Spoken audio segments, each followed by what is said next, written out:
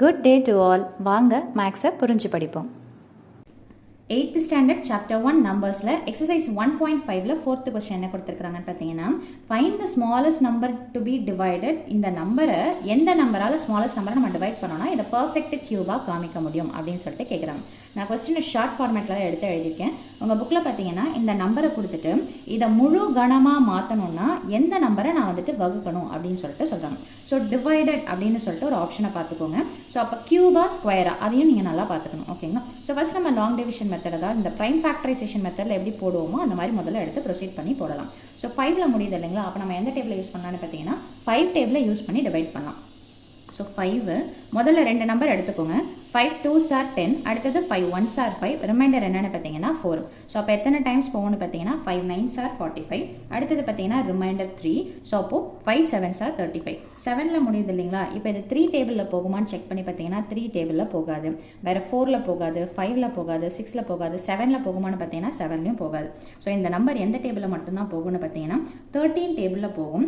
எத்தனை டைம்ஸ் போகும்னு பார்த்தீங்கன்னா 169 டைம்ஸ். அதாவது 13 1s are 13, ரிமைண்டர் போட்டு செக் பண்ணீங்கன்னா 6 டைம்ஸ் போகும். ஸோ அந்த மாதிரி ஒன்னொன்றுத்தையும் நீங்கள் செக் பண்ணி பார்த்தீங்கன்னா 13 டேபிளில் எத்தனை டைம்ஸ் போகும்னு பார்த்தீங்கன்னா 169. அதே மாதிரியே பார்த்தீங்கன்னா இந்த இடத்துல திரும்ப 13 169 எத்தனை டைம்ஸ் போகும்னு பார்த்தீங்கன்னா 13 டேபிளில் 13 டைம்ஸ் போகும். அதாவது 13 × 13 என்ன வரும்னு பார்த்தீங்கன்னா 169. இப்போ இது எப்படி போடுறது அப்படின்னு பார்த்தீங்கன்னா சும்மா நீங்கள் ரஃபாக டிவைட் பண்ணியும் போட்டுக்கலாம். 13 1s are 13 இந்த மாதிரி டிவைட் பண்ணி போட்டிங்கனாலும் சரி, இல்லை டைரெக்டாக எடுத்து போட்டாலும் சரி, அது உங்களுடைய சாய்ஸு. ஸோ டிவைட் பண்ணி போட்டிங்கன்னா உங்களுக்கு ரிமைண்டர் 0ன்னு வரும். உங்களோட கோஷன்ட் வேல்யூ என்ன கிடைக்கும்னு பார்த்தீங்கன்னா 169ன்னு சொல்லிட்டு கிடைக்கும். ஸோ திரும்ப இந்த 169 எந்த டேபிளில் போகும்னு பார்த்தீங்கன்னா 13 டேபிளில் எத்தனை டைம்ஸ் போகும்னு பார்த்தீங்கன்னா 13 டைம்ஸ் போகும். ஸோ அகெயின் 13 எப்படி எடுத்து எழுதலாம்னு பார்த்தீங்கன்னா 13 1s are 13. ஸோ இப்போது இந்த 10985 நம்ம எப்படி எடுத்து எழுதலாம்? So 10985 is equal to, so சைடில் இருக்கிற நம்பரை அப்படியே எடுத்து மல்டிப்ளை பண்ண போகிறோம். ஸோ என்ன இருக்குது? 5 × 13 × 13 × 13. ஸ்கொயர்னா எந்த நம்பரை பார்ப்போம், எத்தனை டைம்ஸ் பார்ப்போம்னு பார்த்தீங்கன்னா 2 டைம்ஸ் இருக்குதான்னு பார்ப்போம். அதே கியூப்னா என்ன அர்த்தம்னு பார்த்தீங்கன்னா ஒரே நம்பர் 3 தடவை இருக்குதா அப்படின்னு பார்த்தீங்கன்னா இந்த 13 பார்த்தீங்கன்னா எத்தனை டைம்ஸ் இருக்குதுன்னு பார்த்தீங்கன்னா 3 டைம்ஸ் இருக்குது. கேள்வி என்னன்றதை முதல்ல புரிஞ்சுக்கோங்க. What is the least number அல்லது smallest number to be divided அப்படின்னு சொல்லிட்டு கேட்குறோம். அப்போ இங்கே எக்ஸ்ட்ராவாக என்ன இருக்குது? 5ன்ற நம்பர் இருக்குது. ஸோ ஒரு தடவை இருக்குது. ஸோ அப்போ அந்த 5ஐ நம்ம டிவைட் பண்ணிட்டோம்னு வச்சுக்கோங்களேன். பண்ணும்போது இந்த பக்கமும் பண்ணணும், அந்த பக்கமும் பண்ணணும்.